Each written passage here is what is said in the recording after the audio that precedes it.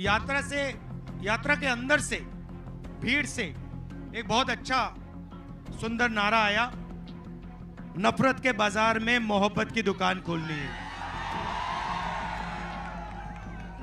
क्योंकि ये देश नफरत का नहीं है, हिंसा का नहीं है, मोहब्बत का देश है। मगर बीजेपी आरएसएस के लोग जहां भी जाते हैं, भाई को भाई से लड़ा देते हैं, नफरत फैला देते हैं। तो विचारधारा की लड़ाई है। पहली यात्रा में बहुत सारे लोग आए, पैदल चले, गुजरात के लोग हमसे कहते हैं, देखे आपने यात्रा की मगर गुजरात तो आए नहीं, केम छो तो नहीं बोला आपने। मणिपुर के लोगों ने कहा, उड़ीसा के लोगों ने कहा कि आपने साउथ से नॉर्थ कर दी, ईस्ट से वेस्ट करनी चाहिए। तो हमने बात मान ली। आज मैं आपके सामने यहां हाजिर हूं। अब यहां पे आदिवासी भाई हैं, गरीब लोग हैं, अलग अलग वर्ग के लोग हैं। यहां पे कोई आदिवासी युवा है? आप आ जाओ। आपका नाम क्या है? बस आ जाओ, यहां बैठ जाओ। यहां ब्रदर इधर आओ।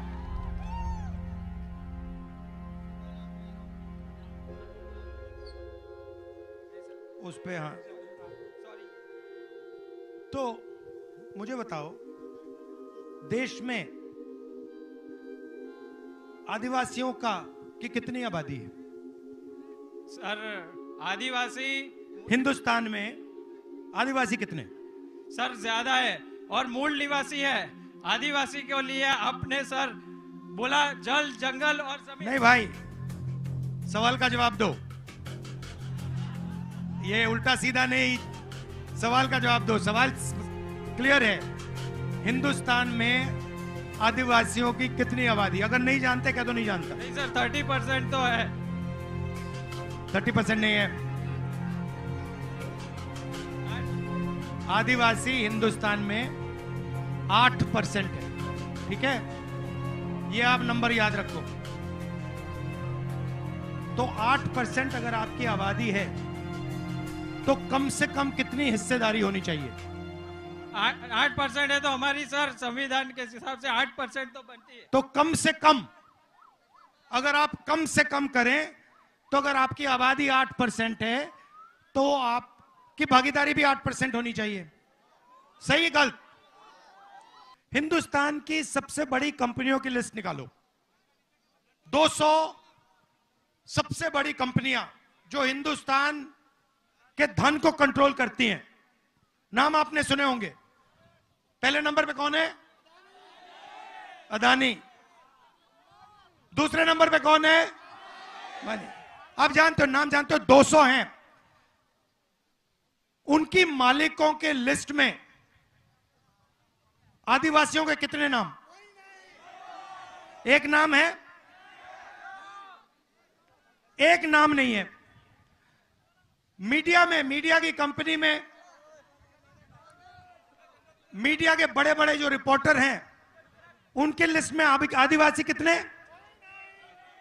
कभी देखा आपने टीवी पे? पिछड़े वर्ग का कोई देखा? आदिवासी का ही देखा? दलित देखा? तो 200 सबसे बड़ी कंपनियों में 90% का कोई आदमी नहीं। मीडिया में 90% का कोई आदमी नहीं। सही? प्राइवेट अस्पतालों में आप जाते हो, सर्जरी होती है, पैसा देते हो, लाखों रुपए देते हो जेब से, देते हो ना? प्राइवेट अस्पतालों के मालिकों में आदिवासी कितने? कोई नहीं। पिछड़े कितने? दलित कितने? गरीब जनरल कास्ट के कितने? ठीक है, चलो कॉलेज यूनिवर्सिटी की बात करते हैं। प्राइवेट कॉलेजेस जो है बड़े बड़े, यूनिवर्सिटियां हैं, इनके मालिकों में आदिवासी कितने, दलित कितने, पिछड़े कितने? तो आप हो कहां? आप हो 8%, पिछड़े 50%, दलित 15%, माइनॉरिटी 15%, 90% है आपकी आबादी। आप हो कहां? भागीदारी कहां है आपकी? ना आप कॉर्पोरेट्स में हो, ना आप मीडिया में हो, ना आप प्राइवेट अस्पतालों को चलाते हो, ना आप प्राइवेट कॉलेज यूनिवर्सिटी को चलाते हो। तो ठीक है, फिर आप कहोगे नहीं भैया हमारे लोग तो ब्यूरोक्रेसी में हैं, ब्यूरोक्रेसी में है हमारे लोग। दिल्ली की सरकार को, हिंदुस्तान की सरकार को 90 लोग चलाते हैं, आईएएस अफसर हैं, उनकी लिस्ट मैंने निकाली। जो हिंदुस्तान के बजट को बांटते हैं, मतलब ये सड़क का पैसा जो आता है ना, वो लोग निर्णय लेते हैं। नेशनल हाईवे बनती है, वहां पे वो लोग निर्णय लेते हैं कि भैया इतना पैसा हम गुजरात की नेशनल हाईवे में डालेंगे, सेना में इतना जाएगा, स्वास्थ्य में इतना जाएगा। ये 90 लोग डिसीजन लेते हैं। नरेंद्र मोदी नहीं लेता, ये 90 लोग लेते हैं। आपको क्या कहा जाता है? आपके समाज को क्या कहा जाता है? आप कौन हो? आदिवासी, राइट? आदिवासी शब्द का क्या मतलब? हाँ, क्या मतलब है इसका, आदिवासी का? आदिवासी यहाँ देश के मूल मालिक है और जल जंगल जमीन पे सबसे पहला अधिकार है। और कांग्रेस और राहुल जी ये हर जगह, छत्तीसगढ़, झारखंड और जहां पे भी हम कांग्रेस गई है और ये एक ही बात चलाई है। तो आदिवासी का मतलब हिंदुस्तान की जमीन के पहले मालिक। मतलब जब यहां कोई नहीं था, जंगल था, तब भी आदिवासी यहां हिंदुस्तान के मालिक थे, बराबर थे। अब इस शब्द का मतलब क्या है कि अगर आदिवासी हिंदुस्तान के मालिक, सबसे पहले मालिक थे, तो हिंदुस्तान में आदिवासियों को भागीदारी मिलनी चाहिए। उनकी जमीन, उनका जल, उनका जंगल उनको मिलना चाहिए। इसका यह मतलब, शब्द का यह मतलब है। जब मैं आपको आदिवासी कहता हूं, मैं आपसे कह रहा हूं कि भैया ये जो देश है, इसकी जमीन पहले आपकी हुआ करती थी और इस जमीन का, जल का, जंगल का अधिकार आपका है। इस शब्द का यह मतलब है। वनवासी का क्या मतलब है? वनवासी मतलब जो जंगल में रहते हैं। जो जंगल में रहते हैं उनके कोई हक होते हैं? जो वनवासी हैं, बीजेपी आपको वनवासी कहती है, आपको आदिवासी नहीं कहती है। सही? उनके भाषण देखो, वो सब टाइम कहते हैं वनवासी। ये उन्होंने आपका नाम क्यों बदला? क्योंकि ये आपको अधिकार नहीं देना चाहते हैं और ये चाहते हैं कि आपको ये वनवासी कहें और आस्ते आस्ते आस्ते आस्ते हिंदुस्तान में वन खत्म हो जाए। और फिर जब वन खत्म हो जाएगा, आपसे कहेंगे भैया आप वनवासी हो, मगर जंगल तो है ही नहीं। तो जंगल गया, पानी गया, जल गया, आप तो कहीं के नहीं रहे। तो ये फर्क है सोच में। अब आप मुझे कहोगे आगे का रास्ता क्या है? सबसे पहले मैं आपको याद दिलाना चाहता हूं कि चाहे वो पैसा कानून हो, चाहे वो जमीन अधिग्रहण बिल हो, चाहे वो ट्राइबल एक्ट हो, ये तीनों ऐतिहासिक काम कांग्रेस पार्टी ने आपके साथ मिलकर आपके लिए किए थे। और आपका जो हक है जल का, जमीन का, जंगल का, वो आपका है और कांग्रेस पार्टी वो आपको दिलवाएगी।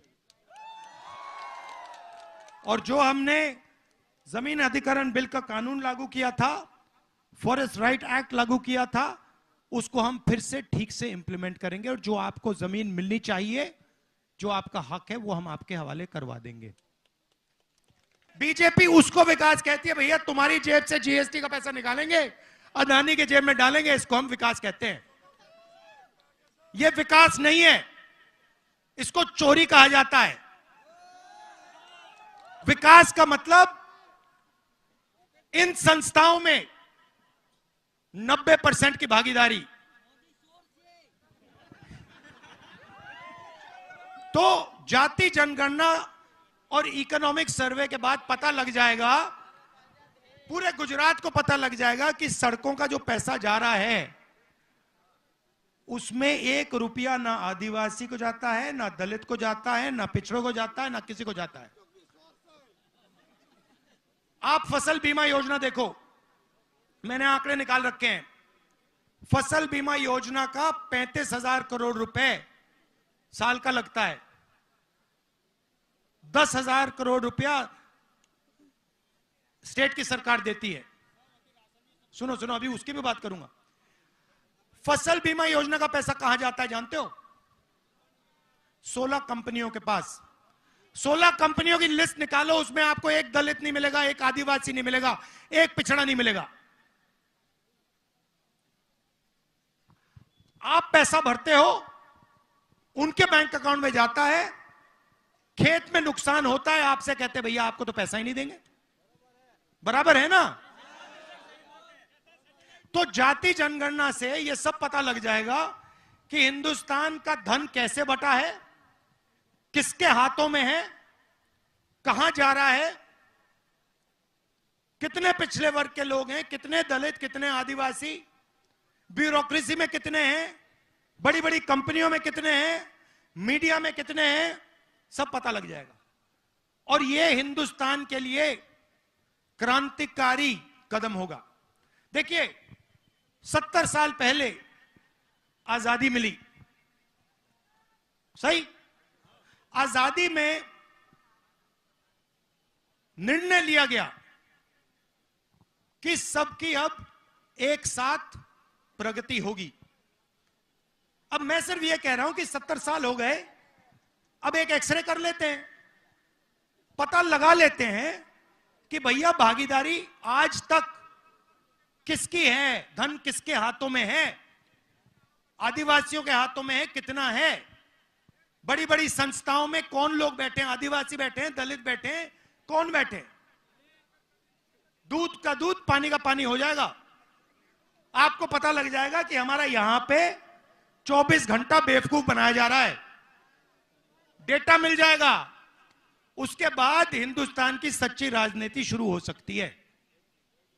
यह हम करना चाहते हैं। पहला कदम हमने अपने मैनिफेस्टो में लिखा है, जाति जनगणना, और ये जो 50% का रिजर्वेशन है, ये जो लिमिट डाल रखी है, इस लिमिट को हम हटा देंगे। समझ में आई बात? इसमें आदिवासियों को, दलितों को, पिछड़ों को, छोटे पिछड़े वर्ग लोगों को सबको फायदा होगा। बीजेपी कहती है किसानों को हम एमएसपी नहीं दे सकते। एमएसपी मतलब मिनिमम सपोर्ट प्राइस, कम से कम दाम। मोदी जी की सरकार किसानों को हाईवे पे रोकती है, कील ठोक के, दीवार बनाकर। सही बात है। मैं आपसे एक सवाल पूछता हूं। ये देखिए मीडिया वाले खड़े हुए हैं यहां पे, देखिए उनकी ओर देखिए जरा। नमस्कार, कैसे हैं आप लोग? हेलो। मुझे एक बात बताओ, ये जो हैं, ये इन्होंने आदिवासियों की जमीन के बारे में कभी बोला टीवी पे? कभी इन्होंने किसान के बारे में बोला है टीवी पे?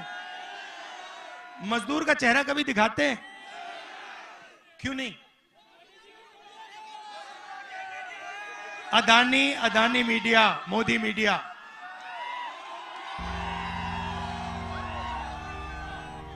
ये आपका ध्यान इधर उधर करते हैं। जाति जनगणना को छोड़ना नहीं है, ठीक है?